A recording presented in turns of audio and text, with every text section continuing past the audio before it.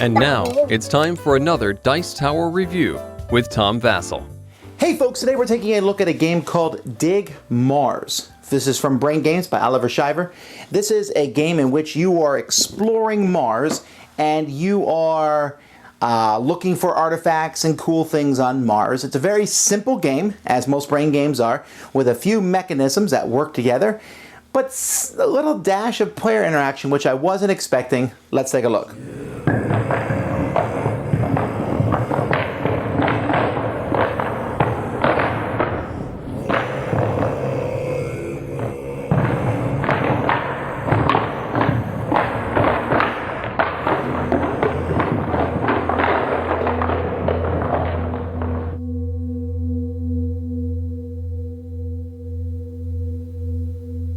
At the beginning of the game, you're going to make a 4x4 grid of these tiles. The tiles have 1, 2, 3, or 4 arrows shown on them. Each player who's playing the game is going to place one of their machinery pieces, these round pieces, on any tile that they want to. And then the game will begin. Now each player is going to have in front of them these 3 tiles. This shows basically your technology level. This shows how far you can explore. This shows how many pieces you can have on the board, and this shows how much you can carry. Now on your turn you have 3 actions. You can take the actions multiple times and in any order you want. One of the actions is simply moving. You can move your pieces from one tile to another tile. If there's a gap, you can simply jump over the gap as you move. So that's movement. You can also dig or explore. You can only dig equal to your level. So we look here, and my level is currently 1, so I can dig here. That means I simply flip the top tile here over.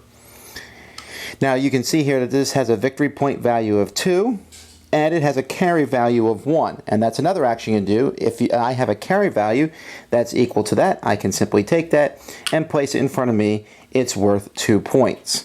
You can see that some of them have different carry values. This has a carry value of 2. Usually the carry value is the same as the dig value. And as the game progresses, you're going to find all sorts of goodies there. And like I said, some of them have bonuses, like this one. When you flip it over, you get a victory point for finding that. When you flip this one over, you can look at any tile, face down tile on the board. Now, you can pay to increase your levels over here. You can pay 1 to increase it to level 2, you can pay it 2 to increase it to level 3, and you can pay it 3 to go all the way up to level 4. This lets you dig in the level 4 areas.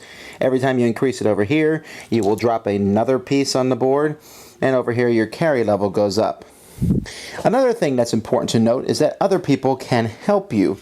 So if there is these 2 pieces here, red could dig there, even though red's only on level 1, because you would add 1 for each of these. It doesn't matter what their level is, even if black is level 4 dig. Red could add 1 for each of the guys there and then dig. The same thing could be for carry. Let's say red is here and wants to carry it, and red carries it and black happens to be there, then red has to split the points with black. So you can split the points by using tiles that have been discarded to pay for things, but there's also some point tokens if you need to split the points. This will continue until one player gets 20 points. You just keep going and going until one player gets 20 points. That person is the winner. Now, one of the things that I really like about this game is the artwork in it.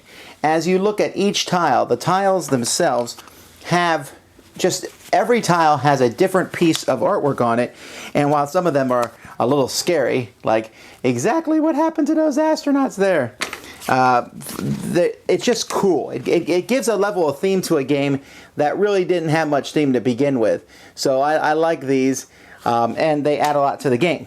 Now, the quality components are good and everything. I like that. Dig Mars is very simple, like I said. It has the whole technology tree, except there's 3 small techs, then you pay for them, and you have to figure out exactly how many points are you going to pay to make it worth it to get those points back. If you upgrade something completely, you paid 6. Well, you only need 20 to win, so if you upgrade all 3 things completely, you pay 18. You could have just won, right? So you have to decide which ones upgrade. General consensus amongst the people I play with is that it's great to have all the different diggers on the board, because the more diggers you have on the board, the better off it is. I'm not convinced of that yet, but it does seem a pretty strong one to increase. But here's the interesting thing. As you have these diggers moving around the board, you will move them to a spot where somebody has something expensive that they're going to pull off, because why not share in the profit? It's so annoying because you can constantly be moving your pieces around and getting them in other people's faces. The game is so fast. I mean, we're talking 20, 30-minute game. And yet the whole time you sit there and you're like, you're being forced to cooperate with people. At the same time, you don't need to increase your skills. You can go around and use other people to help. You're like, oh, I'll just grab that and run off with it. But then again, you have to share the points with them. So we're not talking a game that's going to shake humanity.